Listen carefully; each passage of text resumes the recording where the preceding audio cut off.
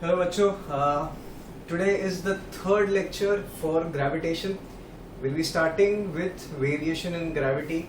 Then there are other related topics that I'll be covering. And आज हम लोग try करेंगे कि ये chapter हम लोग ख़त्म कर सके. So there are a few numericals in this chapter. तो वो हम लोग आज देखेंगे. Escape velocity का concept देखेंगे. Then you have gravitational potential, उसका कंसेप्ट देखेंगे एंड बहुत सारी छोटी छोटी चीज़ें हैं जो कि बहुत इंपॉर्टेंट है, जो हम लोग डेली लाइफ में इतना सोचते नहीं है, but it is very interesting to know about them. तो आज हम लोग ये सब स्टार्ट करेंगे, starting with the first topic, that is variation in gravity.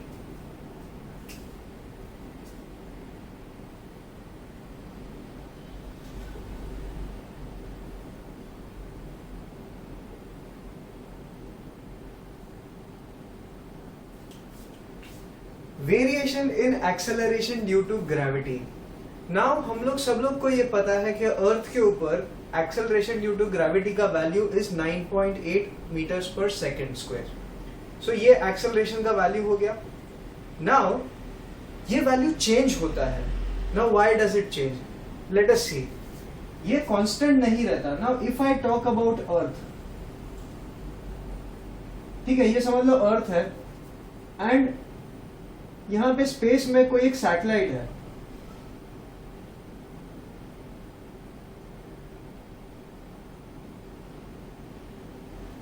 ठीक है, अभी ये सैटेलाइट अर्थ के आसपास गोल गोल गोल गोल घूम रहा है. ठीक है, it is revolving in this fashion. तो अगर इस सैटेलाइट के अंदर लेट्स से, यूजुअली सैटेलाइट्स के अंदर तो एस्ट्रोनॉट्स नहीं होते. Let us say this is the ISS, international space station. अभी उसके अंदर एस्ट्रोनॉट्स हर एक कंट्री से जाते हैं, मतलब the countries which are capable of producing good astronauts, like for example USSR, जिसको रशिया भी बोलते हैं. Russia, USA, France, they have sent their astronauts to the international space station. It is the most costliest thing that has been ever built on earth. ठीक है, ये इंसानों की बनाई हुई सबसे महंगी चीज है. You can research about this on the internet. आप आईएसएस के ऊपर बहुत सारा इंफॉर्मेशन है इंटरनेट पे, वो आप देख सकते हो. सो लेट्स से यहाँ पे जो एस्ट्रोनॉट्स को भेजते हैं, ठीक है, वी सेंड अ रॉकेट और वो रॉकेट यहाँ पे एस्ट्रोनॉट्स को छोड़ के आता है. They stay here for 200 days 300 days depending on their mission. अभी उनका मिशन क्या होता है, ये स्पेस स्टेशन के ऊपर बहुत सारा रिपेयर वर्क करना होता है, मेंटेनेंस करना होता है. काफी बार कोई चीजें खराब हो जाती है तो उसको रिपेयर करना होता है. तो उनके पास एक लिस्ट ऑफ टास्क रहते हैं कि अगर वो समझ लो 6 महीने के लिए वहां पे जा रहे हैं, तो ये 6 महीने में उनको क्या क्या चीजें रिपेयर करनी है, क्या क्या चीजों को चेक करना है. ठीक है, तो इनके साथ इनका खाना पीना रहने का सब सामान उस रॉकेट के थ्रू यहाँ पे आईएसएस पे भेजा जाता है. So now when the astronauts are in the international space station, क्या वो ऐसा नॉर्मली हमारे जैसे जमीन में चल सकते हैं? No, they can not do that. क्यों? क्योंकि स्पेस में ग्रेविटी बहुत कम है. तो उस वजह से because of lack of gravity वो एस्ट्रोनॉट स्पेस में फ्लोट होते हैं throughout the day. Now on earth हम लोग फ्लोट नहीं होते हैं. व्हाई? बिकॉज अर्थ पे ग्रेविटी का वैल्यू ज्यादा है, स्पेस में ग्रेविटी का वैल्यू कम है. जहां पे कम है इसलिए फ्लोट होता है.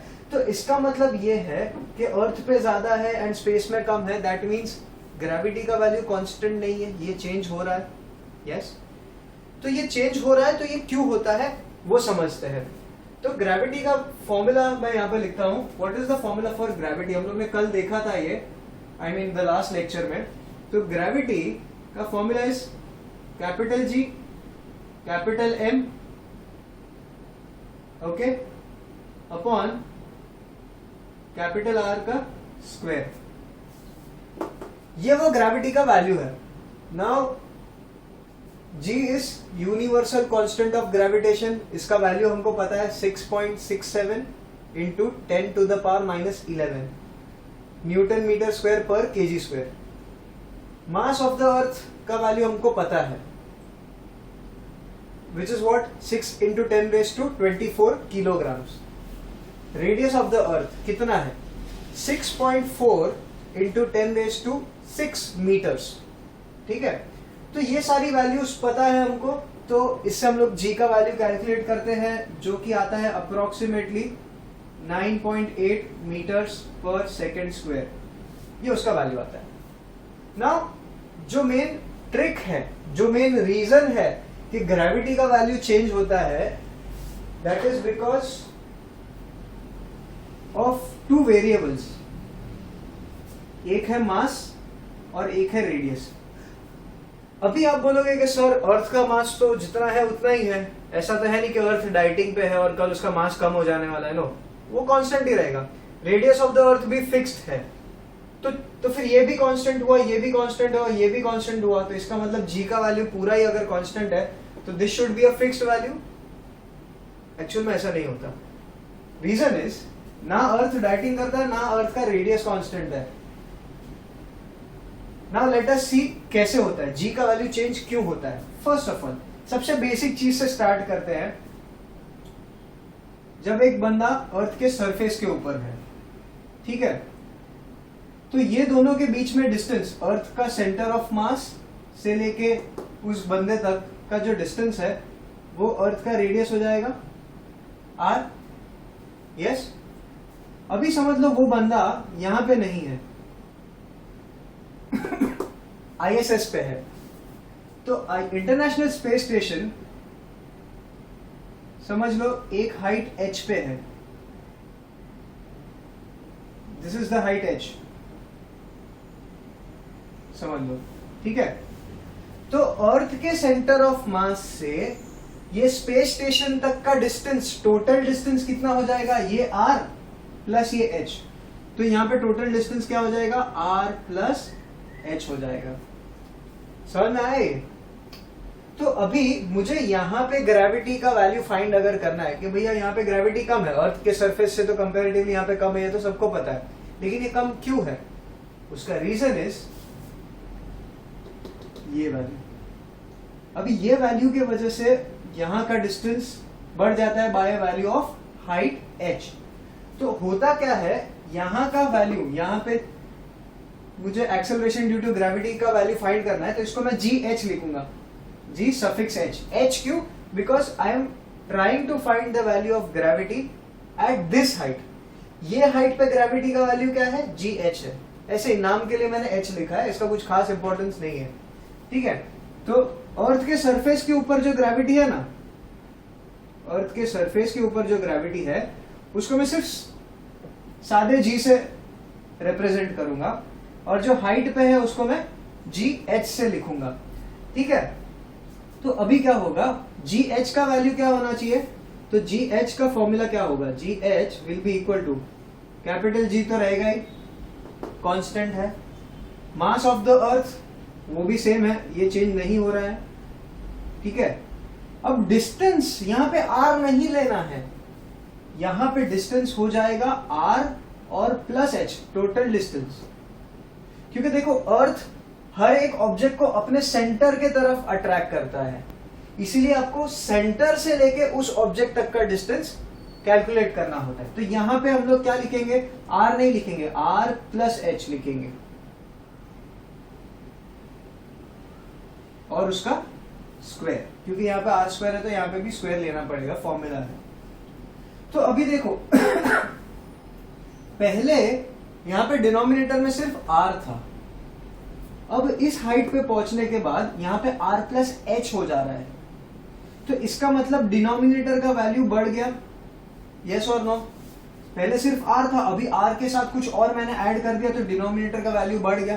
पहले r स्क्वायर था, अभी r प्लस h द होल स्क्वायर है, करेक्ट। तो अभी देखो g न्यूमरेटर में है और r प्लस h डिनोमिनेटर में है, इसका मतलब क्या हुआ, ये दोनों इनवर्सली प्रोपोर्शनल हुए।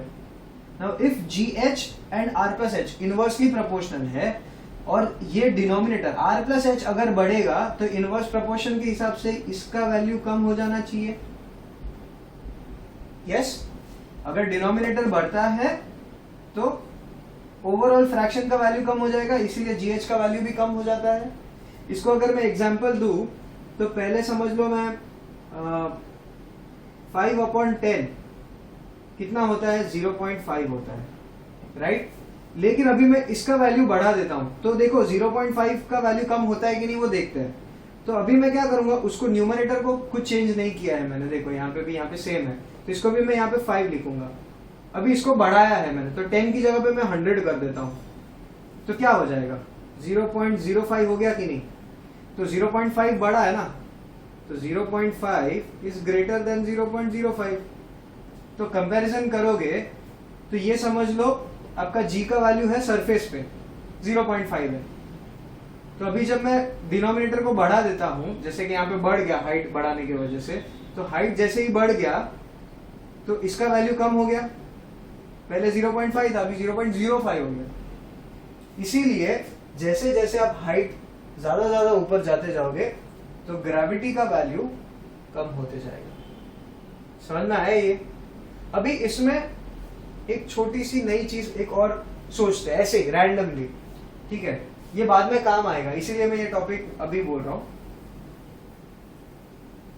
कि समझ लो ये तो एक फिक्स डिस्टेंस पे है h, समझ लो यहां से वो सैटेलाइट एकदम दूर चला जाता है, एकदम मतलब एकदम दूर, समझ लो इंफिनिटी पे चला गया। अगर इंफिनिटी पे, ये डिस्टेंस समझ लो इंफिनिटी है, इंफिनिटी मतलब कितना, इनफाइनाइट डिस्टेंस, मतलब मैं कैलकुलेट ही नहीं कर सका, इतना दूर चला गया। तो यहां पे h की जगह पे मुझे क्या डालना पड़ेगा, इंफिनिटी, ये r प्लस इनफाइनाइट डिस्टेंस। अभी मुझे एक बात बताओ, अगर एक बहुत बड़ा दरिया है, अपना जुहू बीच पे जाते हो और जुहू बीच पे जाके आप एक बाल्टी पानी अपने घर से लेके गए हो और उसके अंदर पानी डाल देते हो, तो क्या जुहू बीच का जो दरिया है उसका पानी ओवरफ्लो हो जाएगा? नहीं, उसमें कुछ फर्क भी नहीं पड़ेगा। Getting it? सेम चीज ऐसे भी बोल सकते हैं कि अगर दरिया में से मैं एक बाल्टी पानी निकाल भी लूं तो भी दरिया का पानी कम हो जाएगा क्या? नहीं, it is having enormous amount of water, उसको कुछ फर्क भी नहीं पड़ेगा। जैसे कि अंबानी के बैंक अकाउंट से किसी ने 100 रुपया चुरा लिया तो किसको फर्क भी नहीं पड़ेगा, अंबानी को। अपने अकाउंट से कोई चुरा लेगा तो अपने को, सब लोग को बुरा लगेगा। सो नाउ सेम थिंग, अगर मैं इंफिनिटी में r ऐड करता हूं तो कुछ फर्क नहीं पड़ेगा, वो इवेंचुअली सेंटर से लेके यहां तक का पूरा डिस्टेंस ही इंफिनिटी है, क्योंकि इस r का वैल्यू इसके कंपैरिजन में बहुत नेग्लिजिबल है। तो क्या मैं r प्लस इंफिनिटी को पूरा इनफाइनाइट लिख सकता हूं? तो ये gh का वैल्यू क्या हो जाएगा, gh will be equal to gm upon infinity का स्क्वायर। यहां तक समझ में आया? अब मुझे एक बात बताओ, 0 divide by 1 is equal to what? सोचो, पॉज करो, फिर देखो इसका आंसर आपको क्या आता है, फिर प्ले करके देखो कि मैंने क्या बोल रहा हूं। तो 0 डिवाइड बाय 1 का आंसर होता है 0। 0 डिवाइड बाय 10 कर लो, 100 कर लो, 2100 कर लो, कुछ भी कर लो, आंसर 0 ही आएगा। Anything divided by 0 will be 0। But अगर ऐसा कुछ हो तो 1/0, 1/0 क्या होगा? 1/0 इनफाइनाइट होता है। अभी ये कैसे हुआ 1/0 इनफाइनाइट कैसे हुआ? तो मैं एक छोटा सा एग्जांपल देके समझाता हूं।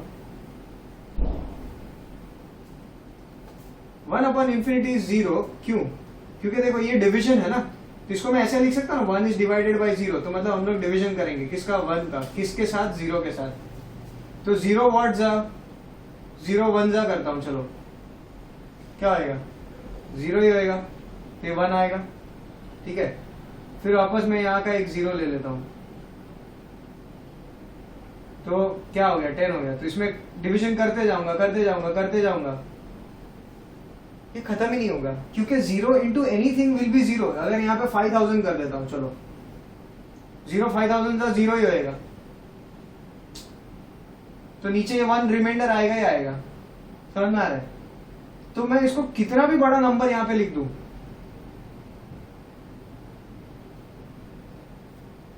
आंसर हमेशा सेम 1 रिकर होगा ही होगा। तो इसका मतलब यहां पे अगर मैं इनफाइनाइट भी नंबर लिख दूं ना, तो भी आंसर 1 बचेगा ही। तो ये मेरा आंसर हुआ, हम लोग क्वोशंट को ही आंसर लिखते हैं, तो इसीलिए 1 डिवाइड बाय 0 इज इंफिनिटी। ठीक है, तो 1/0 को आप कैलकुलेट ही नहीं कर सकते, इसीलिए इस नंबर को इनफाइनाइट बोलता है। अभी मैं इन्फिनिटी को यहाँ पे भेजता हूँ, जीरो को यहाँ पे भेजता हूँ, तो क्या हो जाएगा 1/infinity will be equal to 0। Logical ये होता है ना, हम लोग नॉर्मल करते हैं ना, 1/2 इज इक्वल टू, समझ लो यहाँ पे 2x है, तो 2x को यहाँ पे भेज दूंगा डिनोमिनेटर में, तो 2 ऊपर चला जाएगा, तो 1/2x will be equal to 2। Yes, तो सेम वैसे ही मैंने इन्फिनिटी को यहाँ पे भेजा और 0 को यहाँ पे भेज दिया। ठीक है, तो अभी मुझे एक बात पता चल गई कि 1/infinite इज 0। ठीक है, अभी मैं स्क्वायर कर देता हूं, स्क्वेयरिंग बोथ साइड्स, तो क्या हो जाएगा 1/infinity² इज इक्वल टू 0² होगा। दोनों साइड पे स्क्वायर करूंगा तो 1 का स्क्वायर क्या होता है 1, इसको इन्फिनिटी का स्क्वायर, इन्फिनिटी का स्क्वायर भी, इन्फिनिटी खुद ही इतना बड़ा नंबर है तो उसका स्क्वायर और भी बड़ा होगा, तो वो भी इनफाइनाइट ही होगा, तो इसको मैं इन्फिनिटी ही लिखता हूं, या चलो तुम लोग के लिए इन्फिनिटी स्क्वायर ही रखते हैं फिलहाल। और राइट साइड पे क्या, 0 का स्क्वायर क्या होता है 0, तो अभी 1/infinity² 0 हो गया। तो यहां पे इसको मैं ऐसे भी लिख सकता हूं ना, ये जो gh है इसको gm इंटू 1/infinity², बात तो वही है, डिविजन को मैंने ऐसे ही लिखा है, लेकिन अभी ये 1/infinity² क्या है, देखो 0 होता है, तो ये क्या हो जाएगा gm मल्टीप्लाइड बाई 0। अभी gm मल्टीप्लाइड बाई 0 आंसर क्या आएगा 0। यस, इसीलिए gh का वैल्यू क्या हो जाएगा 0 एट इंफिनिटी, तो एट इंफिनिटी gh का वैल्यू क्या होगा 0 होगा। अभी इसका मतलब क्या हुआ, अब इसका मतलब ये हुआ अगर अर्थ से कोई इनफाइनाइटली दूर है तो अर्थ उसको अपने तरफ अट्रैक्ट कर पाएगा क्या, नॉट पॉसिबल। अर्थ का जो ग्रेविटेशनल फील्ड है उसके अंदर अर्थ के ग्रेविटी का बहुत वट है कि हाँ भाई उसके अंदर कोई भी ऑब्जेक्ट आया उसको अपनी तरफ खींच लेगा। अब ये वट तो एक फिलहाल एक एरिया तक ही लिमिटेड है ना, एक डिस्टेंस तक, उसके बाहर थोड़ी। अभी हर एक डॉन का एक पर्टिकुलर एरिया होता है, वो एरिया के बाहर डॉन बनने जाएगा तो उसको पता चला कि किसी और ने मार दिया, तो हर एक शेर अपने अपने एरिया में शेर होता है, सब जगह पे शेर नहीं होता है। वैसे ही अर्थ का gravitational field is limited to a particular area, ठीक है, और पर्टिकुलर डिस्टेंस, कि भाई अर्थ के सेंटर से लेके यहाँ तक के इतने डिस्टेंस के अंदर अर्थ का ग्रेविटेशनल फील्ड है।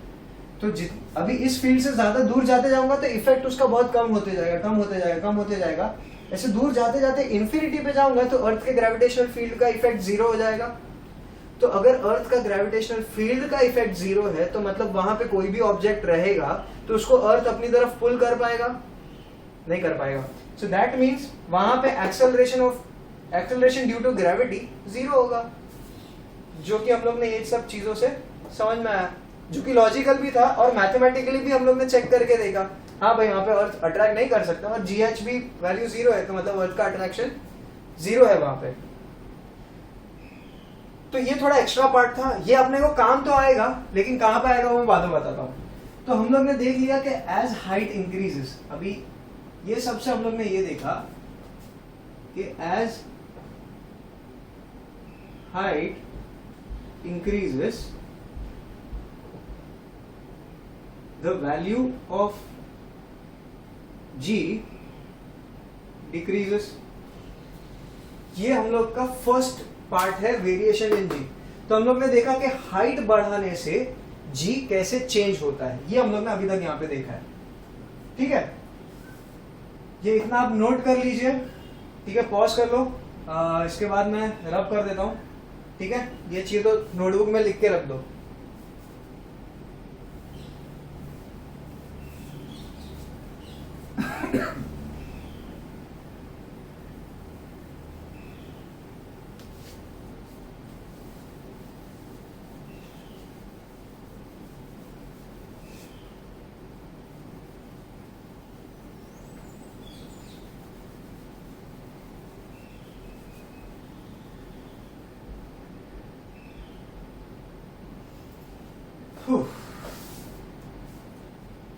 अभी हम लोग देखेंगे variation in gravity with change in depth.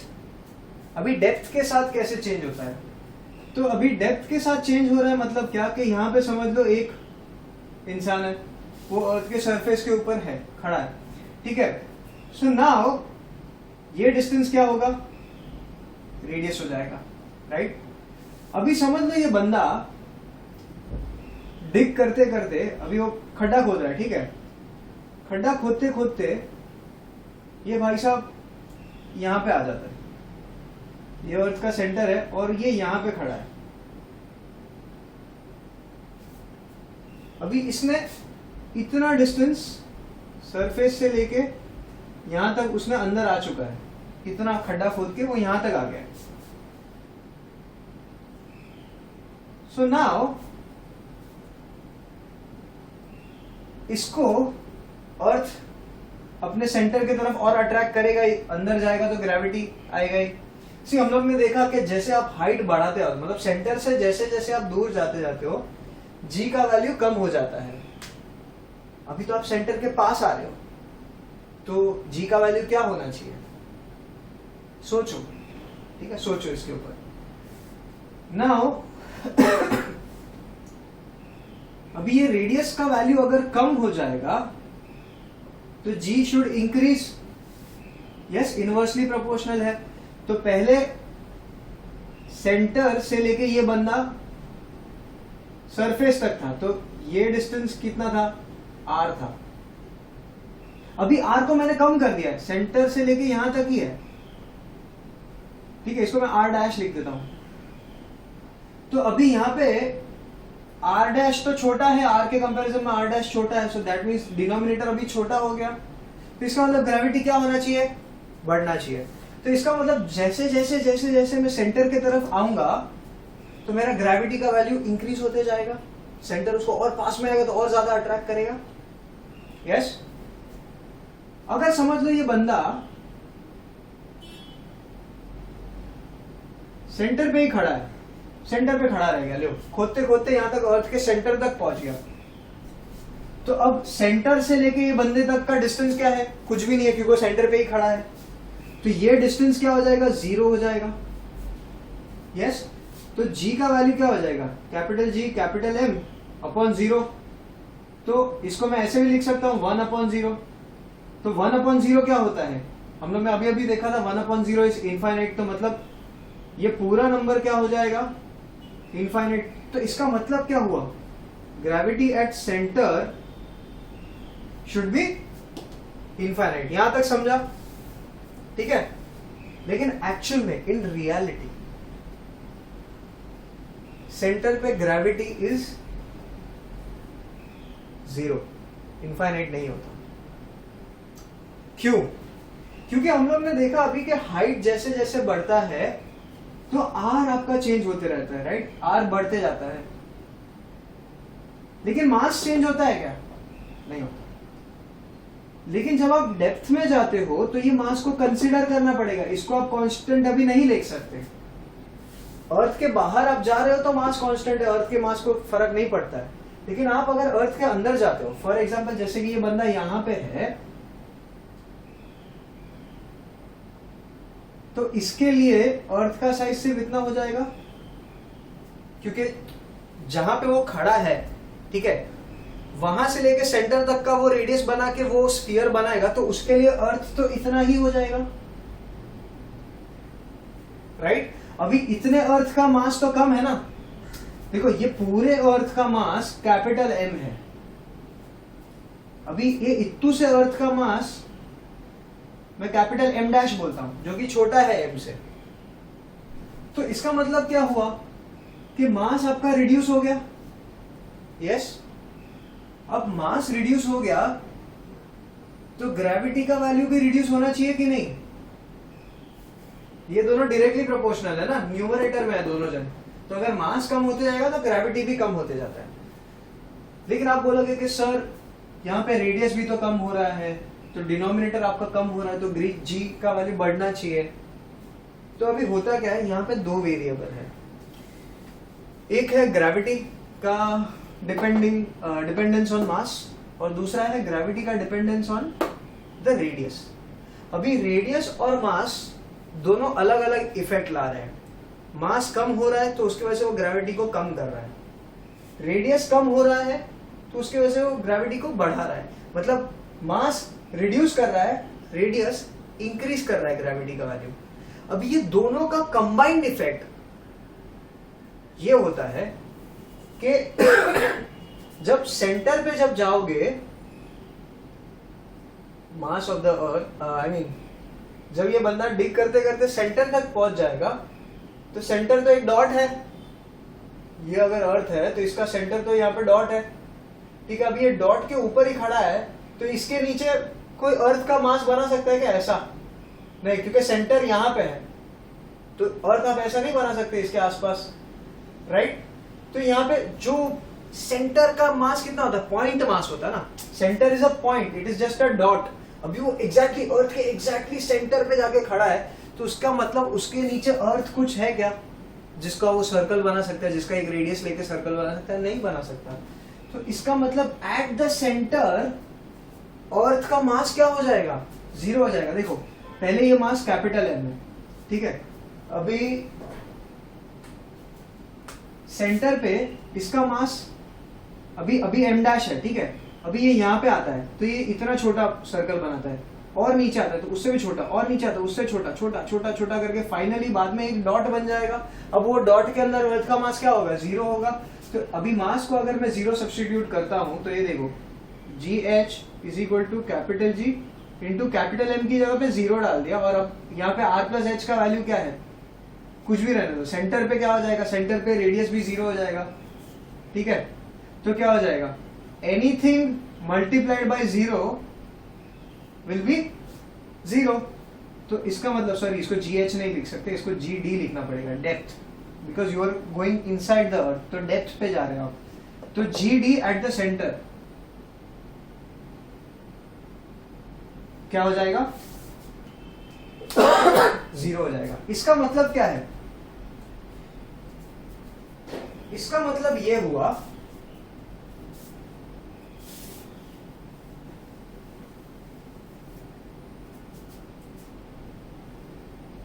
अर्थ के सरफेस पे जी का वैल्यू 9.8 है, सेंटर पे जीरो है, और जैसे जैसे मैं हाइट इंक्रीज करते जाता हूं तो ये जीरो की तरफ जाते जाएगा। इन्फिनिटी पे कितना हो जाएगा?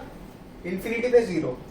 तो मतलब अर्थ के सरफेस से नीचे जाऊं तो भी वैल्यू जीरो होते जा रहा है ग्रेविटी का, अर्थ के सरफेस से ऊपर जाऊं तो भी इसका वैल्यू इवेंचुअली जीरो होते जाता है। तो सबसे मैक्सिमम ग्रेविटी कहां पे है? Maximum gravity is on the surface of the अर्थ। समझ में आया ये देखो, ये फॉर्मूला से बहुत कुछ हम लोग समझ सकते हैं, ठीक है, कि मास और ग्रेविटी डायरेक्टली प्रोपोर्शनल है। तो मास कम हो जाएगा तो ग्रेविटी कम हो जाएगा, रेडियस बढ़ेगा तो ग्रेविटी कम हो जाएगा, रेडियस कम होगा तो ग्रेविटी बढ़ जाएगा, इनवर्सली प्रोपोर्शनल है। अब ये बात आपको समझ में आई कि मैक्सिमम ग्रेविटी कहां पे है? अर्थ के सरफेस पे ही है। तो नाउ वेरिएशन इन ग्रेविटी का थर्ड पार्ट पे आते हैं। What does the third part say? First part was variation of gravity due to height, second part था variation of gravity due to depth, ठीक है। अब जो थर्ड पार्ट है, it is variation of gravity on the surface of अर्थ।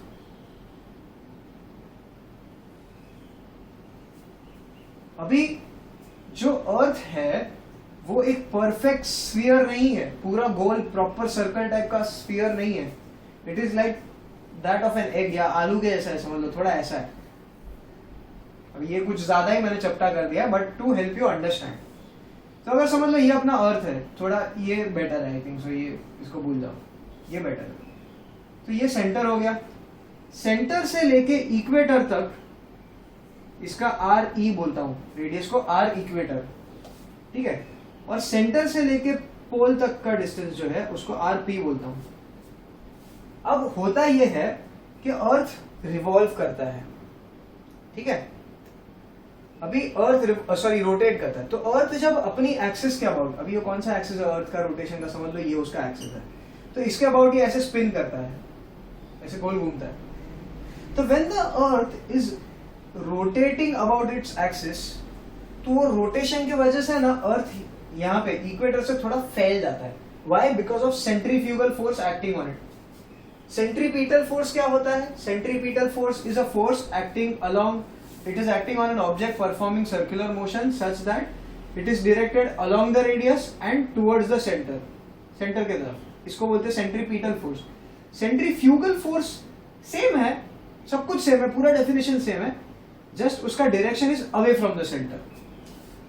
तो कोई भी object अगर घूम रहा है ना, तो उसके ऊपर एक सेंट्रीफ्यूगल फोर्स भी एक्ट होता है, जो होता है अलोंग द रेडियस, लेकिन away from the centre act करता है. तो मतलब क्या, पूरे अर्थ के ऊपर है ना, इस तरफ सेंट्रीफ्यूगल फोर्स लगता है कंटिन्यूसली. तो ये फोर्स लगने की वजह से क्या होता है ना, कि अर्थ है ना थोड़ा ऐसा हो जाता है. तो ये डिस्टेंस बहुत बड़ा है कंपेयर टू ये डिस्टेंस. तो R E is greater than R P. Pole का डिस्टेंस छोटा है, ठीक है. अब इससे होगा क्या, अभी ये सब जान के हम लोग को क्या पता चला, वापस इस फॉर्मूला पे आते हैं. तो यहां पे मैं दो फॉर्मूलाज लिखता हूं. Gravity at pole will be equal to capital G capital M upon radius of the pole of earth का square, and gravity of earth at equator is equal to capital G capital M upon R equator का square, radius of the equator. अब ये radius of the equator बड़ा है, तो इसका मतलब gravity at equator कम होना चाहिए. अब रेडियस ऑफ पोल छोटा है, ये डिस्टेंस छोटा है, तो इसकी वजह से यहाँ पे ग्रेविटी क्या हो जाएगा, ज्यादा हो जाएगा. इसका मतलब ये हुआ कि gravity at the pole is greater than the gravity at equator. मतलब अगर आप इक्वेटर पे जाके अपना वेट मेजर करोगे, तो वहां पे आपका देखो मास आपका कांस्टेंट है. लेट्स से कि मास आपका है 10 kg, ठीक है. तो अभी आप इक्वेटर पे हो, यहाँ पे हो, यहाँ पे आप एक डॉक्टर के पास जाते हो, बोलते हो भैया मुझे आपका वेट मशीन पे वेट चेक करना है. तो इक्वेटर पे कोई एक डॉक्टर है, उसके पास गए, आप वहां पे वेट चेक करने गए, तो आपका वेट क्या होगा, मास इंटू ग्रेविटी होगा. और ग्रेविटी कौन सा, ग्रेविटी एट इक्वेटर होगा, क्योंकि आप इक्वेटर पे हो. तो ये क्या है, मास आपका 10 है.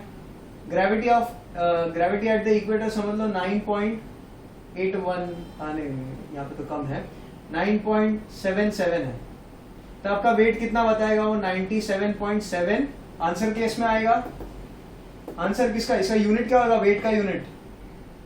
वेट का यूनिट होगा न्यूटन, क्यों, वेट इज अ फोर्स. तो आंसर आएगा 97.7 न्यूटन. ठीक है, हम लोग न्यूटन में फिलहाल कंसिडर करेंगे. ठीक है, अब आप समझ लो एक trip to the pole, north pole आप मारते हो, ठीक है, यहाँ पे पहुंच गए. तो यहाँ पे जब आप खड़े हो, तो यहाँ पे आपने खुद एक वेट मशीन लेके आ गए, खुद से लेके गए होगे, क्योंकि वहां पे तो कोई डॉक्टर मिलने वाला है नहीं. तो खुद का वेट मशीन लेके गए, यहाँ पे वेट मशीन रखा, उसके ऊपर खड़े हो गए. तो वहां पे वेट का फॉर्मूला क्या हो जाएगा, आपका मास तो उतना ही है 10 kg, वो तो कम नहीं हुआ है, इंटू ग्रेविटी एट पोल लोगे. ठीक है, तो मास आपका है 10 kg, ग्रेविटी एट पोल आपका समझ लो 9.82 है. पोल पे ग्रेविटी ज्यादा है भाई, तो आपका वेट कितना हो जाएगा, 98.2 न्यूटन हो जाएगा. तो देखो आपका वेट इक्वेटर पे, यहाँ पे मैं WE लिखता हूँ, वेट एट इक्वेटर, यहाँ पे लिखता हूँ WP, वेट एट पोल. तो वेट एट इक्वेटर 97.7 है, और जब आप पोल पे जाते हो तो 98.2 हो गया. मतलब आधा किलो, कितना, आधा किलो भी नहीं, 700 ग्राम बढ़ गया. 700 ग्राम भी नहीं बोल सकते एक्चुअली, 0.7 भी नहीं, 3.5, तो 0.5 न्यूटन बढ़ गया आपका मास, sorry wait.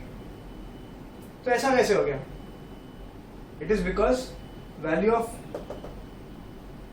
Gravity at pole and value of gravity at equator अलग अलग है. देखो मास तो आपको दोनों केस में सेम ही है, मास आपका चेंज नहीं हुआ, सिर्फ ग्रेविटी चेंज होने की वजह से आपका वेट एट द पोल और वेट एट द इक्वेटर अलग होगा. हमेशा याद रखना, पोल पे ग्रेविटी ज्यादा होता है एंड इक्वेटर पे ग्रेविटी कम होता है. तो अगर घर पे किसी को बहुत मोटा है, उसको वेट लॉस करना है ना, तो उसको बोलना देखो एक शॉर्टकट बताता हूँ कैसे वेट लॉस करना है. कैसे, तो बोलेगा कैसे, आप बोले पहले 100 रुपया दो, तो मैं बताता हूँ. ऐसे फुकट में एडवाइस थोड़ी देने का. तो 100 रुपया उसने दिया, उसके बाद उसको बोलने का तू एक काम कर, तू एक ट्रिप मार इक्वेटर पे, तेरा 200 ग्राम 300 ग्राम आधा किलो 1 किलो वजन तो ऐसे ही कम हो जाएगा। बोलते क्या बात कर रहे हैं, हाँ। तो जब जाके चेक करेगा बोलेगा हाँ रे कम हो गया, लेकिन फिर उसको ये नहीं बताने का कि वापस जब आएगा तो जितना था उतना ही हो जाएगा, तो नॉट टू टेल दैट, ठीक है। सो ये हम लोग ने तीनों पार्ट देख लिया। Variation in gravity due to height, first वाला क्या था, हाइट था। सेकंड वाला क्या था, डेप्थ। थर्ड क्या है, ऑन द सरफेस, कि अर्थ के सरफेस पे ही अलग अलग जगह पे ग्रेविटी का वैल्यू अलग अलग है। ये तीनों चीज हम लोग ने इस टॉपिक में कवर कर लिया है, ठीक है। अब इसके ऊपर बेस्ड कुछ न्यूमेरिकल्स हम लोग देखते हैं। अभी ये चैप्टर में ना कुछ ऐसे न्यूमेरिकल्स पूछते हैं कि जहां पे एक बंदे का वेट ऑन पर्टिकुलर प्लेनेट इतना है तो दूसरे प्लेनेट पे जाएगा तो कितना हो जाएगा। तो वैसे टाइप के न्यूमेरिकल्स एक आध हम लोग देख लेते हैं, तो आपको आइडिया आ जाएगा कि ये कैसे होता है। तो वो सारे फॉर्मूलाज इसी फॉर्मूला के ऊपर बेस्ड है, ठीक है। अब इसको सॉल्व करने का ट्रिक एक ही है, जस्ट जो मेथड मैं बता रहा हूं ना वैसे ही करना है, तो इसमें कोई टेंशन ही नहीं है, आपका आंसर राइट ही आएगा। तो अभी देखो ऐसा बोला है कि अ पर्सन वेइंग 500 न्यूटन, तो मतलब ऑन अर्थ, तो मतलब वेट ऑन अर्थ उसका दिया है कितना, 500 न्यूटन, ठीक है, ये लिख दिया। A person weighing 500 newton on earth happens to travel to Mars, let's say वो मार्स पे चला गया, such that the radius of Mars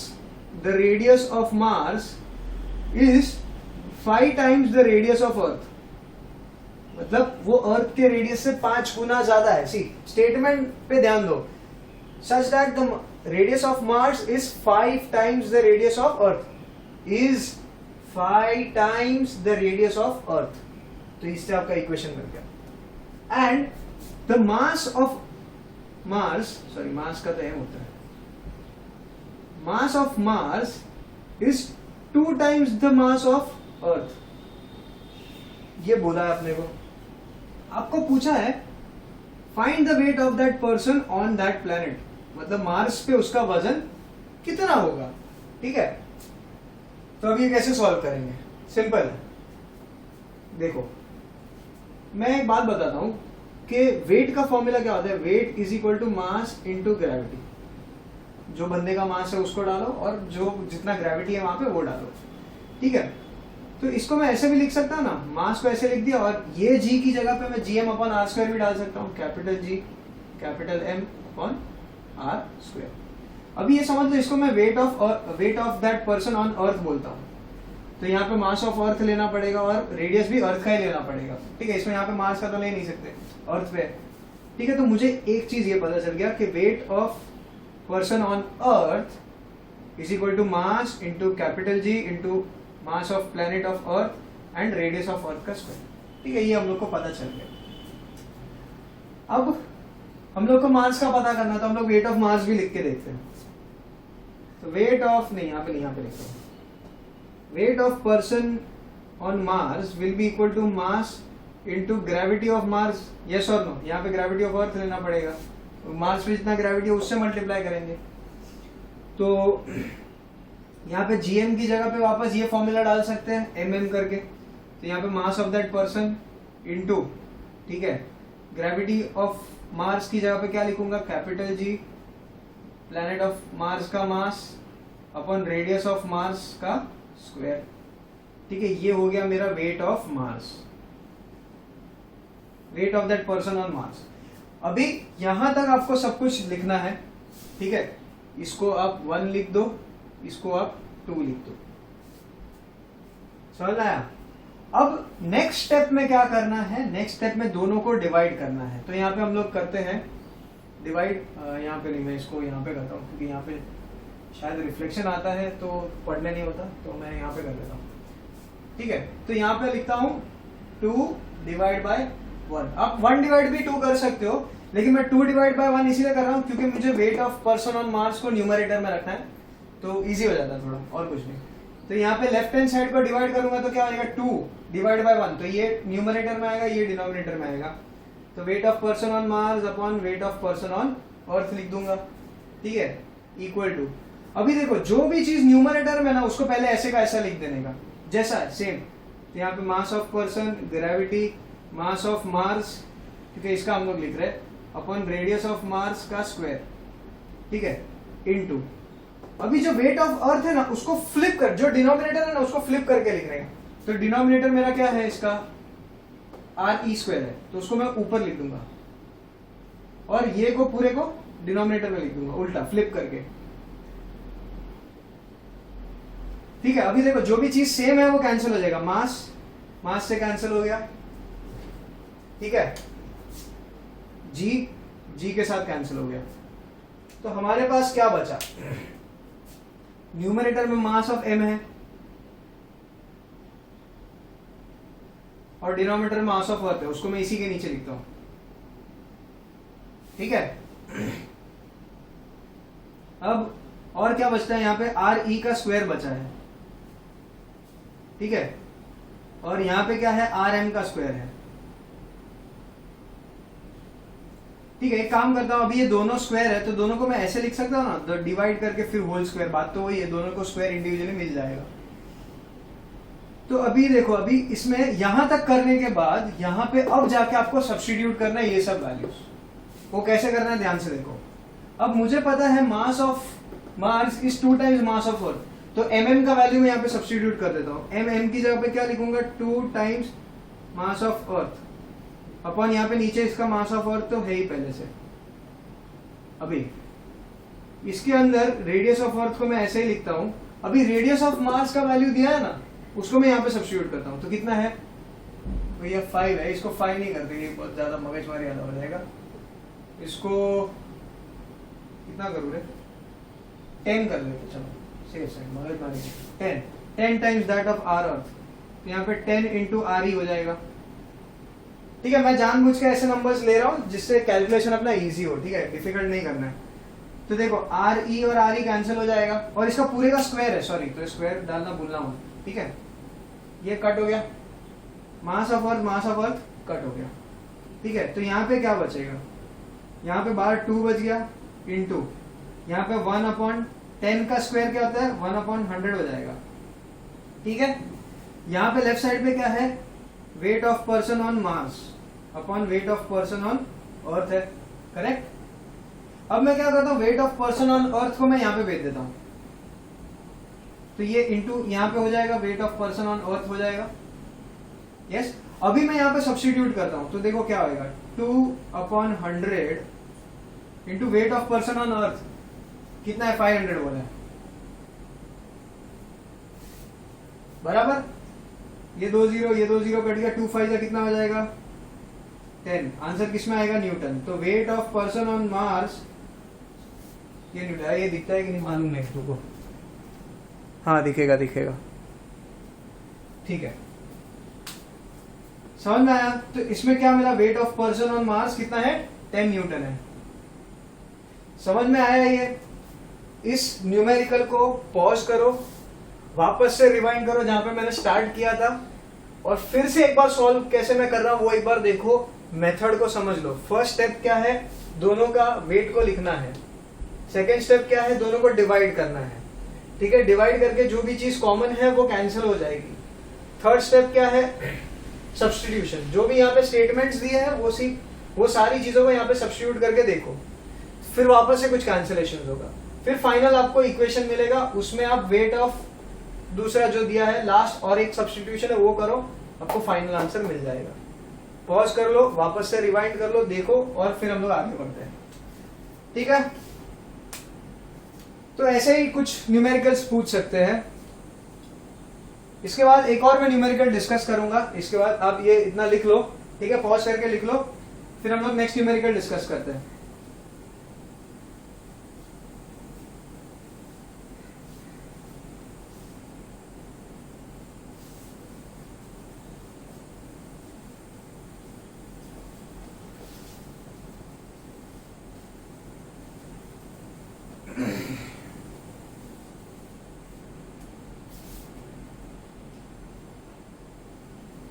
ठीक है, तो what is the next numerical? Next numerical हम लोग ये देखते हैं कि अगर ऐसा एक क्वेश्चन है कि if a person weighing 100 Newton's on earth, ठीक है, मतलब ऐसा है, समझ लो कि एक बंदा है जिसका वेट है 100 न्यूटन्स, तो दिया है weight of a person on earth is 100 newtons, ठीक है। Now what will happen to the weight of that person if the radius of the earth is doubled? इतना ही दिया है कि अगर रेडियस ऑफ अर्थ को डबल कर दूं तो उस बंदे का वेट क्या हो जाएगा। तो देखो कैसे होता है। अभी यहां पे बोला है द रेडियस ऑफ अर्थ को डबल किया, तो मैं आर ई डैश को मैं लिखता हूं और द न्यू अर्थ का नया रेडियस, इसको मैं आर न्यू लिखता हूं, ठीक है, आर न्यू या आर एन लिखते सिर्फ, ठीक है। तो नया अर्थ का रेडियस कितना है? पहले वाले से 2 गुना ना, it is twice that of earth. तो अर्थ का ओरिजिनल रेडियस से वो 2 गुना है, ठीक है। तो अब हम लोग को पूछा क्या है? वेट, न्यू वेट कितना है वो पूछा अपने को, ठीक है। अब इसको भी हम लोग प्रीवियस न्यूमेरिकल के जैसे ही सेम मेथड से ही सॉल्व करेंगे। तो देखो कैसे होता है। तो हाँ, पहले हम लोग वेट ऑफ अर्थ लिख देंगे। तो weight of earth is equal to mass into gravity of earth, ठीक है। अब ग्रेविटी ऑफ अर्थ की जगह पे क्या लिख सकता हूं? Capital G mass of earth upon radius of earth का स्क्वायर। तो ये हो गया मेरा weight of earth, wait of that person on अर्थ का इक्वेशन मेरा हो गया। अब ये हम लोग को पता है ना ये formula, G is equal to capital G capital M upon R square, ठीक है, ये इतना याद रखो। अब हम लोग को नया वेट पता करना है, तो हम लोग नया वेट का भी वैल्यू फाइंड करने का ट्राई करेंगे। What is new weight? Weight का फॉर्मूला क्या होता है? Mass into gravity. लेकिन कौन सा ग्रेविटी? नया ग्रेविटी। क्यों? क्योंकि अगर रेडियस आप चेंज करोगे तो ग्रेविटी चेंज होगा ना, लॉजिकल है। तो इसीलिए मैंने जी न्यू लिखा। तो अभी जी न्यू की जगह पे क्या लिखूंगा? Mass capital G capital M upon R N का स्क्वायर। अभी यहाँ पे मास ऑफ अर्थ के बारे में कुछ बोला नहीं है, कुछ चेंज नहीं किया है, तो इसके लिए यहाँ पे मैं इसको मास ऑफ अर्थ ही लिख सकता हूं, ठीक है। ये मेरा हो गया क्या? वेट ऑफ न्यू, मतलब जो नया वेट होगा उस बंदे का, उसका फॉर्मूला ये है। अब इसको मैं 1 बोलता हूं, इसको मैं 2 बोलता हूं। अभी वापस हम लोग क्या करेंगे? 2 डिवाइड बाय 1। तो अभी करते हैं 2 डिवाइड बाय 1। क्यों? क्योंकि ये मुझे न्यूमरेटर में चाहिए, तो इजी हो जाएगा। तो ये हो जाएगा वेट ऑफ न्यू पर्सन और वेट ऑफ पर्सन ऑन अर्थ। पहले ओरिजिनल अर्थ पे इतना था, अभी नए अर्थ पे कितना आएगा पता नहीं। तभी हम लोग सब्स्टिट्यूट करेंगे। तो वेट ऑफ न्यू जो है उसको मैं ऐसे का ऐसा ही सब्स्टिट्यूट कर दूंगा विदाउट एनी चेंजेस। तो M G capital M E upon R N का स्क्वायर इनटू, अब जो डिनोमिनेटर होता है ना उसको फ्लिप करके लिखने का। डिनोमिनेटर मेरा क्या है? डब्ल्यू ई है, उसको मैं उल्टा करके लिखूंगा। तो आर अर्थ स्क्वायर ऊपर चला जाएगा and small M capital G M E नीचे आ जाएगा, ठीक है। अब नेक्स्ट स्टेप क्या है? जो भी कॉमन है वो कैंसिल कर दो। देखो मास कौन सेम है, कैंसिल हो गया। जी सेम है, जी कैंसिल हो गया। मास ऑफ अर्थ सेम है, मास ऑफ अर्थ सेम है, कैंसिल हो गया, ठीक है। तो मेरे पास क्या बचता है? तो मेरे पास बचता है R E square upon R N square, जिसको मैं ऐसा भी लिख सकता हूँ ना, पूरा होल स्क्वायर, क्योंकि दोनों स्क्वायर स्क्वायर है तो एक के अंदर ही डाल दो। This is equal to W N upon W E. अभी मैं क्या करता हूँ? डब्ल्यू ई को यहाँ पे भेज देता हूँ। तो डब्ल्यू एन क्या हो जाएगा मेरा? ये पूरे का स्क्वायर इंटू डब्ल्यू ई यहाँ पे लिखूंगा, ठीक है। अब वेट ऑफ अर्थ कितना दिया है? 100 न्यूटन दिया, तो मैं यहाँ पे 100 डाल देता हूँ। अभी रेडियस ऑफ अर्थ कितना है? आर ई है, तो उसको मैं आर ई लिखूंगा। आर एन का वैल्यू क्या है? 2 टाइम्स आर ई, तो यहाँ पे 2 इंटू आर ई लिख दूंगा। अब क्या हो जाएगा? आर ई कैंसिल हो गया, तो आपके अंदर क्या बचा? 1/2 द होल स्क्वायर इंटू 100। 2 का स्क्वायर कितना होता है? 4 होता है, ये 1/4 हो जाएगा। 4 1 जा 4, 25 जा। तो आंसर क्या आएगा आपका? आपका फाइनल आंसर है वेट उस नए बंदे का, उस बंदे का weight on the new earth will be 25 newton. अभी इसको और इसको मैं कंपेयर करूं तो जो ओरिजिनल वेट है और जो नया वेट है वो एग्जैक्टली 1/4 है। देखो ना, फाइनली ये हुआ ना, ओरिजिनल वेट का 1/4 आपका न्यू वेट है। इसका मतलब ये है, अगर ग्रेविटी, अगर मेरा रेडियस को मैं डबल करता हूं तो मेरा ओरिजिनल वेट 1/4 हो जाता है। समझ में आया ये? तो इफ यहां पे लिखो, तो ये स्टेटमेंट अभी बहुत इंपॉर्टेंट है कि ये कैसे हुआ। यार कहां रख दिया है कपड़ा?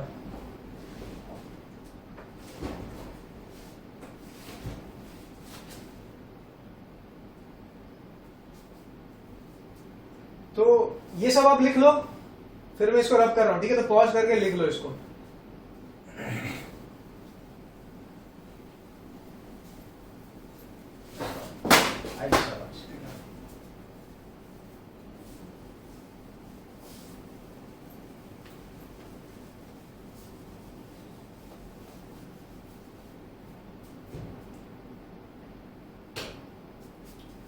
तो ये नोट कर लो,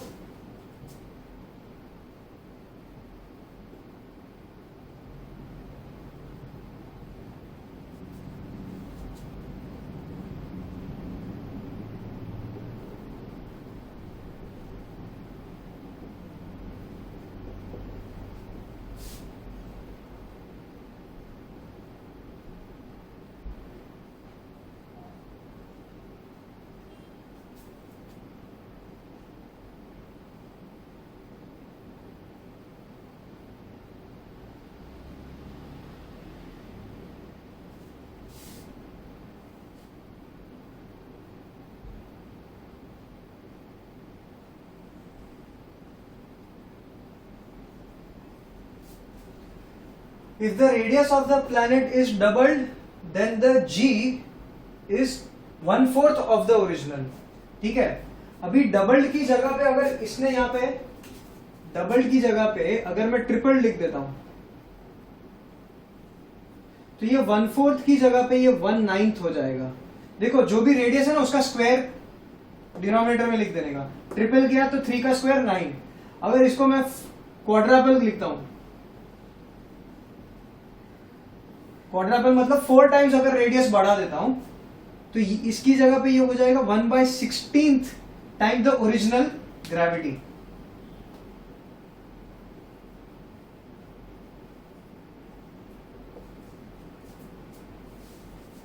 समझ में आया?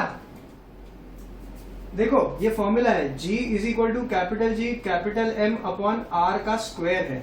तो अगर रेडियस को मैं हाफ करता हूं, समझ लो रेडियस को मैंने डबल किया है, तो यहां पे क्या सब्स्टिट्यूट करूंगा, तो G डैश जो है मेरा वो capital G capital M upon R dash का स्क्वायर होगा, राइट?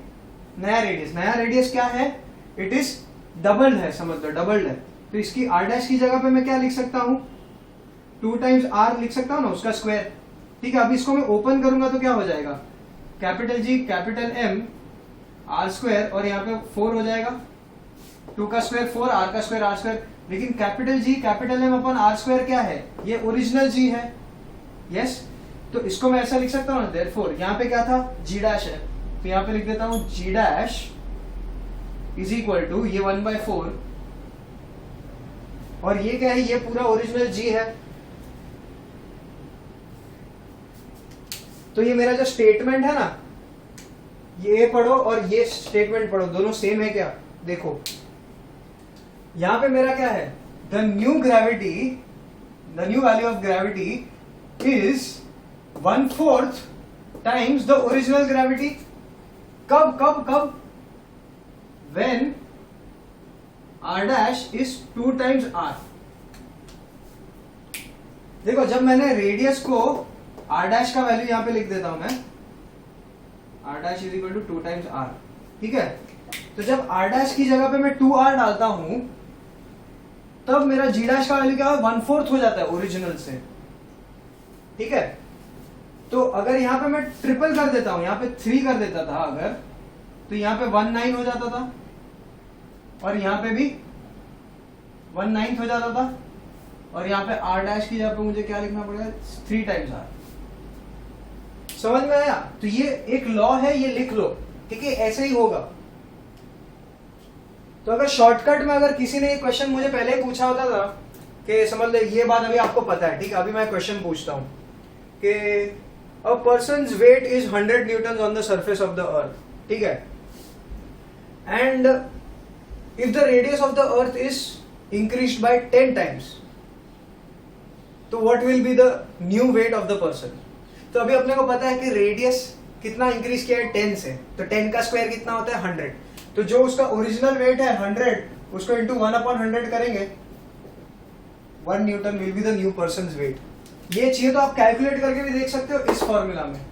देखो कैसे करेंगे, यहाँ पे 3r की जगह पे नया रेडियस कितना है r dash is 10 times r ना, तो यहाँ पे 10 टाइम्स r लिखूंगा, तो ये 10 की जगह पे क्या हो जाएगा 100 हो जाएगा, 10 का स्क्वायर इज व्हाट 100, तो यहाँ पे 9 की जगह पे क्या लिखूंगा 100 लिखूंगा, ठीक है। अभी दोनों का मैं मास दोनों साइड पे यहाँ पे मैं मास ऑफ द पर्सन को मल्टीप्लाई कर देता हूँ, mass into g dash is equal to mass into 1/100 into g. लेकिन मास इंटू जी क्या होता है, वेट होता है, तो यहाँ पे क्या लिखूंगा वेट ऑफ पर्सन ऑन अर्थ है क्योंकि ये सादा जी है, ठीक है, इंटू 1/100 है, एंड ये एम जी डैश मतलब क्या है weight of the person on the new earth जो 10 गुना बड़ा है, तो दैट इज डब्ल्यू डैश, ठीक है। अभी W dash will be equal to weight of earth कितना है, weight of that person on earth कितना बोला है 100 न्यूटन बोला है, ठीक है, और इंटू 1/100 है ही पहले से। आंसर क्या है 1 न्यूटन आया कि नहीं, सेम मैंने वहां पे लिखा था। सोचो 2 मिनट पॉज कर लो, इसको समझ लो, ठीक है। ये देखो डबल की जगह पे ट्रिपल किया तो 19, डबल किया तो 1/4, क्वाड्रपल किया तो 1/16, यहाँ पे डबल की जगह पे 10 लिख दिया तो 10 का स्क्वायर कितना होता है, यहाँ पे देखो इसकी जगह पे मैंने 10 टाइम्स बोला, तो यहाँ पे भी क्या हो जाएगा 1/100 हो जाएगा। समझ में आया? यहाँ पे radius, then the value of g की जगह पे वैल्यू ऑफ वेट भी लिख सकते हो आप, यहाँ पे भी इस जी की जगह पे भी आप वेट भी लिख सकते हो और पूरा स्टेटमेंट चेंज हो जाएगा। तो देखो नया स्टेटमेंट क्या आएगा, if the radius of the planet is doubled then the weight is 1/4 the original value of weight on original earth. समझ में आया? और एनी अदर प्लैनेट, और जरूरी नहीं कोई भी प्लैनेट। अगर समझ लो वापस, if the radius of a planet is tripled then the weight is 1/9 the original value of weight। तो जो अगर उसका पहले वेट 90 kgs है और अर्थ का रेडियस आपने ट्रिपल किया है तो ट्रिपल की जगह पे 1/9 हो जाएगा, तो 1/9 multiplied by the original wait 90, तो 9 और 90 कैंसिल होकर 10 हो जाएगा, तो नया वेट कितना हो जाएगा 10 न्यूटन हो जाएगा।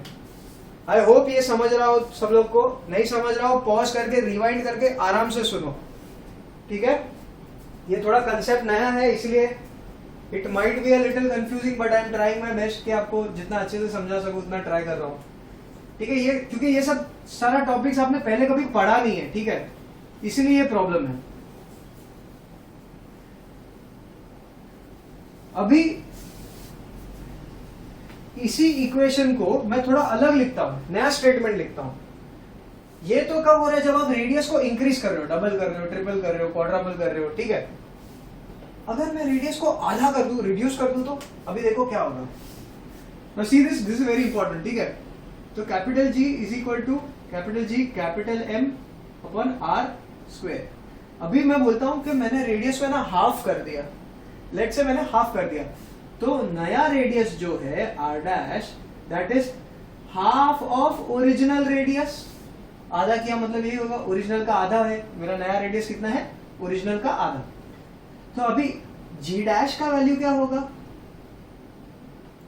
Capital G capital M upon R dash का स्क्वायर, ठीक है, R डैश नीचे लिख देता हूं, R डैश का स्क्वायर, ठीक है। अब R डैश का मैं वैल्यू यहां पे सब्स्टिट्यूट करता हूं, तो देखो ऊपर का G और M तो ऐसे का ऐसा ही रहेगा, ठीक है। R डैश की जगह पे मैं क्या सब्स्टिट्यूट करूंगा, R/2 द होल स्क्वायर, इसका स्क्वायर इसका भी स्क्वायर, R डैश की जगह पे R/2 लिख दिया।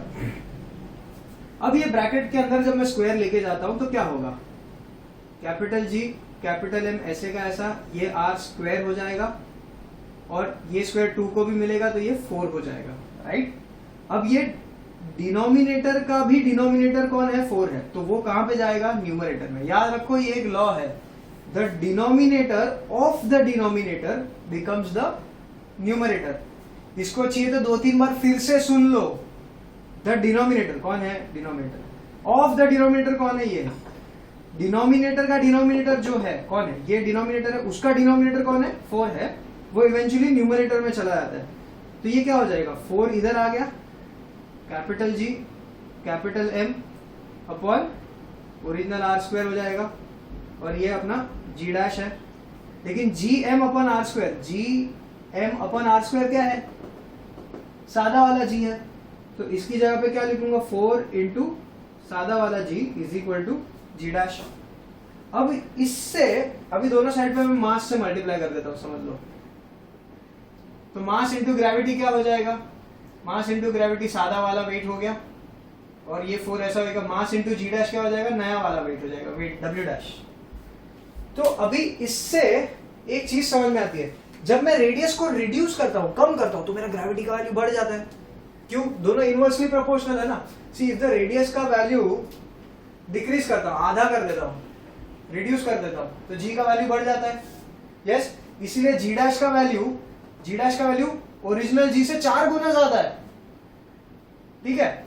अब इससे मैं क्या स्टेटमेंट लिख सकता हूं, इससे मैं स्टेटमेंट लिख सकता हूं, if radius of planet is half, if the radius of planet is half मतलब उसको रिड्यूस करके आधा कर दिया, then the new value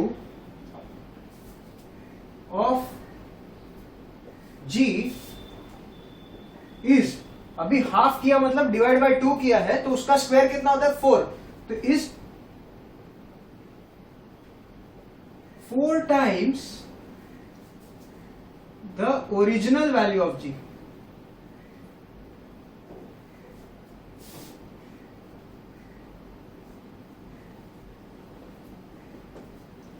अब जहां जहां जी है वहां वहां पे आप वेट भी लिख सकते हो। तो एक्चुअली आपको ये इसके 2 स्टेटमेंट बनाने हैं, एक बार जी के साथ और एक बार वेट के साथ। इसके भी 2 स्टेटमेंट बनाने, एक बार जी के साथ और एक बार वेट के साथ, ठीक है।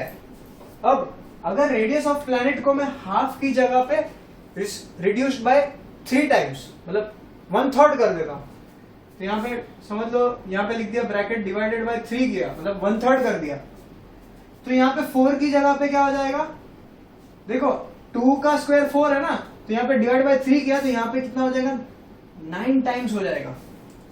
देखो ना, यहां पे ये 4 ऊपर जाता था, तो अभी 2 की जगह पे अगर ये 3 होता था, ठीक है, तो ये 9, 3 का स्क्वायर क्या है, 9 है, 9 ऊपर जाता था, तो 4 की जगह पे क्या हो जाता था, 9 हो जाता था। तो हुआ ना ये, the new value of gravity is 9 times the original value of g, या फिर ओरिजिनल वैल्यू ऑफ वेट भी हो सकता है। सेम चीज अगर यहां पे डिवाइड बाय 4 कर दिया, तो यहां पे क्या हो जाएगा, यहां पे हो जाएगा 16 टाइम्स 4 का स्क्वायर, 16 गुना बढ़ जाएगा। देखो रेडियस को आप कम करते जा रहे हो, तो जी का वैल्यू बढ़ते जाएगा। समझ में आया ये, ठीक है। ये सारे स्टेटमेंट्स लिख लो, पॉज करके लिख लो, मैं इसको रब कर देता हूं।